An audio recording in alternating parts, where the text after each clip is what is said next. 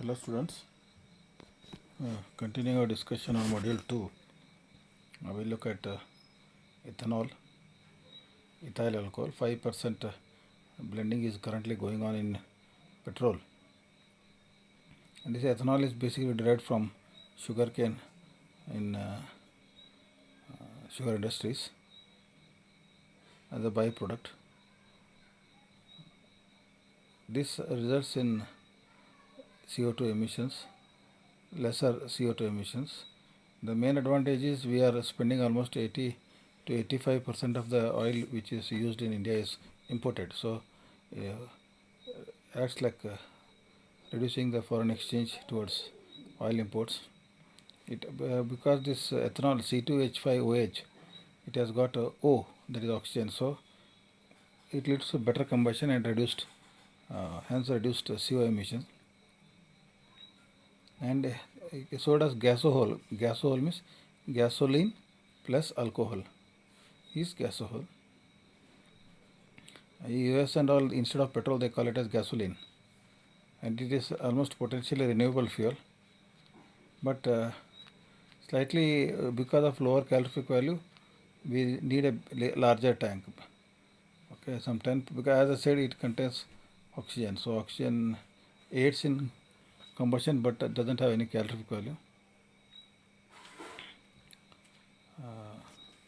And because of better combustion, higher temperature, it can lead to NOx emissions. At higher temperature, NOx increases. Okay.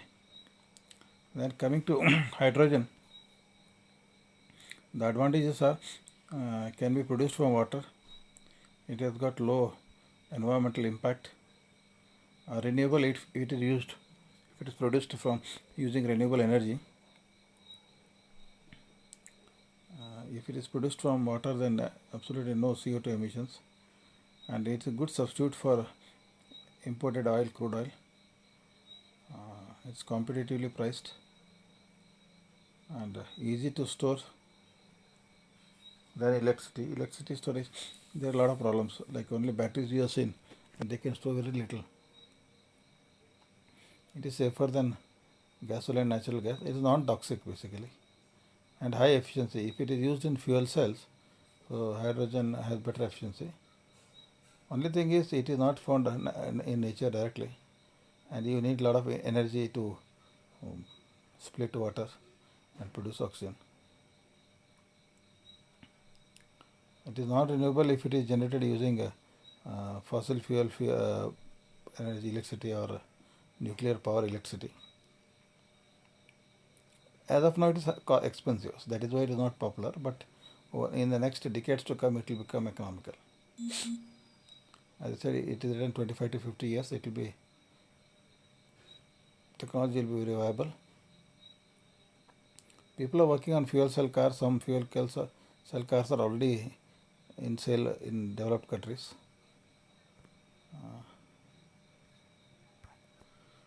Geothermal energy, as you know, these rocks in the molten earth crust, you have lava and lot of heat energy is available. So we just have two pipes. One pipe is supply water, and the second pipe the steam comes out. That steam is used in Rankine cycle. So very high efficiency, moderate net energy at accessible sites, lower CO2 emissions, lower cost at favorable sites, nearby sites to the places, low land use, and low land disturbance, also no much disturbance. Impact is also moderate to the environment, but the disadvantage is the suitable sites are not available all over, so only special locations you will find that geothermal energy, and that is also some finite quantity is there. If you use it very rapidly, it will get exhausted. It leads to emissions, local air pollution. Okay, and cost is high. Now here one nice concept we will discuss, that is a decentralized power system, in which electricity is produced by a large number of dispersed small scale micro power systems. Some would produce power at site, others would feed the power they produce into a conventional electrical distribution system.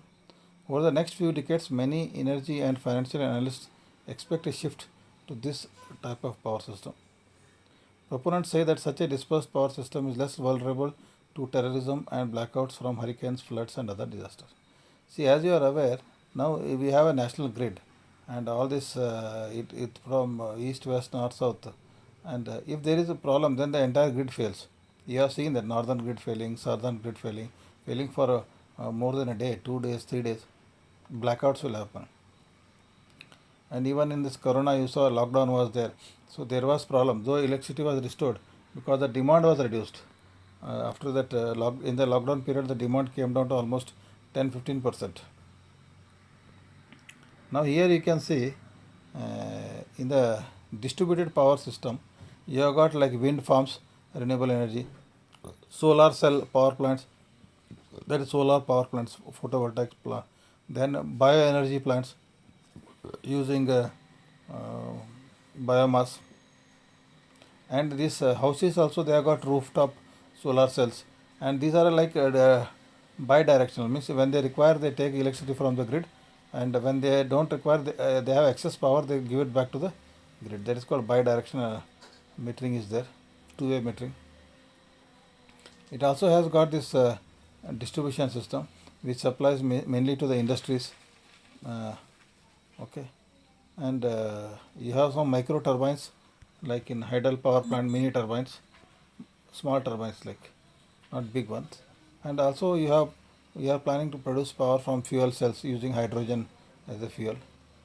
Okay, and on the rooftops you have got solar systems. So here you can see the for example, now the buildings they take power from grid and they also supply the power to grid. Now you take these commercial buildings also, they take power from the grid and also supply to the grid because they have got rooftop systems. And these small turbines they supply power to the commercial establishments as well as industry. So this is like decentralized system. Here it is the grid is also there. Otherwise, also they are locally self-sufficient with electricity. So that when there is a problem like terrorism, blackouts, and due to hurricanes, floods, and other things, na, so the entire thing is not blackout because of grid failure. A new concept. Then now the focus is on improving the energy efficiency. Secondly, using more renewable energy and reducing the pollution and health risk. So you can see fuel efficiency of the vehicles is being increased. And then mandate government purchase of efficient vehicles and other devices. So now government is actually switched over to like electrical vehicles, and their government is producing credit tax credits for like EVs. Okay, and tax credits for investments in energy efficiency by industries. So and so a lot of private players are there in energy sector. Now you have got state government, central government as well as private producers. And renewable energy is increasing. I think now it is almost 20-25% by 2020, but it is going to increase considerably in another 2-3 decades to almost 50%. So large subsidies and tax credits are provided for renewable energy. That is why you can see a lot of solar photovoltaic plants being coming up. And now to reduce the pollution, we are trying to reduce the power generated by coal world over. By coal, it is now predominantly it is coal powered globally electricity generation, but now we are trying to slowly reduce.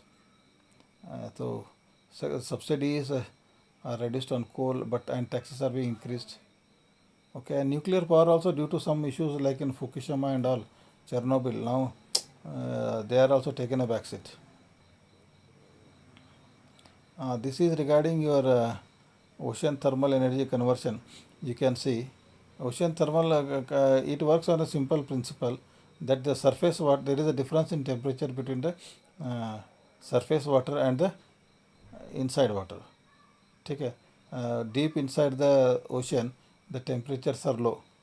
ठीक है, say temperature around 5 degrees centigrade, but the surface water on the top is 25 degrees centigrade. So this difference in temperature that is used, and you can use like refrigerants with low boiling point. They are evaporated because at 25 degrees this water will not evaporate. So low boiling point liquids like refrigerants, they are used, they evaporate, and then that vapor is passed on the turbine. They rotate the turbine and generate electricity. Okay, it is drawn to the cable, and the working this refrigerant again comes back. Again there is a heat exchanger, and for cooling this refrigerant we are taking water from the inside the ocean, because it is at 5 degrees centigrade. So that will cool, and the liquid will again go back to the heat exchanger, where it will take heat from the surface water, evaporate, and go back to the turbine. We will see again, I think here it is very clearly given. You see the red color is the evaporator. So the warm surface water, sea water, comes at 25 degrees centigrade. This refrigerant is evaporated, and it goes to the turbine. It rotates the turbine, electricity is produced, the green color line you can see. Then the refrigerant comes back to the condenser. Here in the condenser you are getting the water from cold deep sea water around 5 degrees centigrade. That cools the this working fluid. Okay, working fluid again is pumped back to the evaporator. So you have got like two heat exchangers, one heat exchanger at the evaporator which takes the heat energy from the surface water, which is at 25 degrees centigrade, and the second is the condenser which takes deep sea water which is available at 5 degrees centigrade. So because of the two difference in temperature, surface water of the ocean is at 25 and deep inside it is at 5 degrees. So we are taking advantage of this, and this OTEC, ocean thermal energy conversion, this is called. Okay, and then tidal energy, I think you have seen this also renewable energy, not very popular. One or two sites in the world they have already done. You have got some small turbines you can see here. Because of the flow of this tides, these turbines are rotated. Like you have wind turbines rotate because of wind energy. Here, because of the tidal energy, these turbines will rotate, and this rotation of the turbines, the electricity is generated, and due to cables, the use of cables, it is taken to the offshore, from offshore to the onshore. And you have got wind energy, I think windmills are there. So you can see the windmill, the power generated is equal to 1/2 density of air into swept area of the blades into the velocity of air raised to 3. Okay, that is half rho A V cube. And you can see the nacelle this. So this 3 blades are connected to the hub. The hub is connected to the nacelle, and you have got a main bearing, then you have a gearbox, and you have got a generator. Okay, so now we look at natural resource management. See, whatever resources we are having on this planet Earth, we are enjoying. Like you are enjoying air, we are breathing. Every time we are breathing air, we are enjoying water, we are enjoying land on which we build houses, roads are built. Okay, we are enjoying soil, because on the soil plants will grow. So we are enjoying plants and animals. So man is basically enjoying all the resources available at his disposal, and he actually has gone a step ahead to overexploit that. So now high time that we manage the natural resources. So national resource management refers to the sustainable utilization of major natural resources such as land, water, air, minerals, forest, fisheries, and wild flora and fauna. Together, these resources provide the ecosystem services that provide better quality to human life. So we cannot imagine a life without these natural resources like land, water, air. So there are a lot of contribution to survival and growth of mankind. Now one disaster management term, I think you are not aware. I will just share this with you. Disaster management can be defined as the organization and management of resources and responsibilities for dealing with all humanitarian aspects of emergencies, in particularly preparedness, response, and recovery in order to lessen the impact of disasters. I'll give some examples of disaster. Like in case you take of a train accident, train has got almost 20-24 coaches and some few coaches capsize. Okay, then that is a disaster. Hundreds of people's lives are involved. So there, disaster management comes into picture. Now you see the lot of floods are happening. Natural consequences like floods are there, hurricanes are there. Okay, so these are all disaster. So for this disaster, there is a disaster management team. Okay, so they are prepared. They have got all the transport helicopters, small aircrafts. So they are prepared for emergency response. Okay, and also have medical facilities so that they can help the people in case of distress. They distribute food packets. So this emergency work now they do for rescue and relief operations so that the loss to life and property is reduced.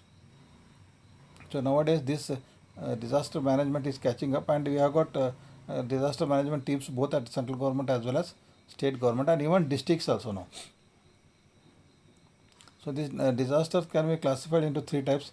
That is natural disaster like floods, hurricanes and all, man-made like railway accident, aeroplane accidents, and hybrid. Even earthquake is a natural disaster. Then for this disaster, what they plan is, one is mitigation, so we have to reduce the impact. Second, you should be prepared. People are prepared. So there are teams for emergency preparedness, and there is a response, and they see that the recovery is fast, so that the impact doesn't last long. So a lot of developments have taken place in this disaster management. Railways also, we have got a disaster management institute only at Bangalore now. So you might not be aware. You can Google and get a lot of information out there. And lastly, we'll come to this sustainable mining. Like in, I think, Goa, a lot of last 50 years mining was there. But whether it was sustainable, today I think a lot of villages, nearby villages, they are having problems with their agriculture produce. They are having problems with the water quality. So sustainable mining means, again, it has the aspect of sustainable means, one, we talk of economy, but not only economy.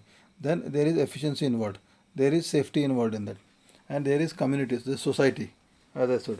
So social impact should be less, and environmentally it should be benign. It should not damage the environment. So mining has given employment, but definitely it has to be sustainable, so that you can go along. So you can see this sustainable mining here. So this is a sketch like mine production, mine processing, then metallurgical processing, manufacturing, use, and end of life. This is recycling. Like it has to be recycled, and the mining has to be more sustainable in nature. And lastly, cloud seeding. I think you have seen, I don't know in Goa, but in Karnataka, a lot of cloud seeding happens. Especially, you can see when there are scanty rainfalls. Then what government does? They hire these aircrafts, okay, and this silver iodide is released by a plane. Actually, from the plane, the silver iodide is released. These silver iodide particles reach the targeted clouds, okay. The silver iodide aids in the formation of ice crystals, particularly. So, when these clouds, small clouds are there, they to form. Because of this, they will form ice crystals, and when the ice crystals now too heavy to remain in the air, the ice crystals then fall, often melting on their own way down to form rain. So this is like a cloud seeding is for artificial rain, where rains are not happening because normally for rains, the clouds, when they go up, this water, we call it black clouds, cumulonimbus clouds which contain water. So they should go up, they should have some dust particles so that the nucleus is formed, and as they go up the temperature reduces, they form bigger and bigger size, and when it is not able to sustain there, it will fall down. Okay, but that is not happening. So artificially it is created by uh, releasing uh, silver iodide in the clouds. Okay, this is the artificial way of getting rains. So this was about module 2 discussion, all about discussion about module 2. We shall take up the next module in our next discussions. Thank you.